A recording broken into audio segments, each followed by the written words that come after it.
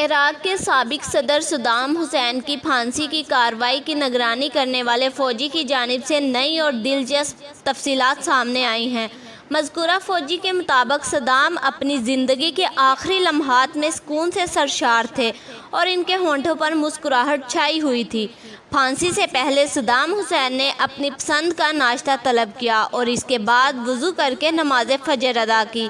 پھر وہ پھانسی کے فیصلے پر عمل درآمد کے انتظار میں اپنے بستر پر بیٹھ کر قرآن کریم کی تلاوت کرنے لگے۔ امریکی فوجی صدام کی مسکراہٹ سے بہت زیادہ خوف محسوس کر رہے تھے اور موت کا سامنا کرتے ہوئے صدام کے انتہائی پرسکون کے سبب ایسا لگ رہا تھا صدام حسین کو پھانسی کے لیے نہیں بلکہ کسی تقریب میں پیش ہونا تھا۔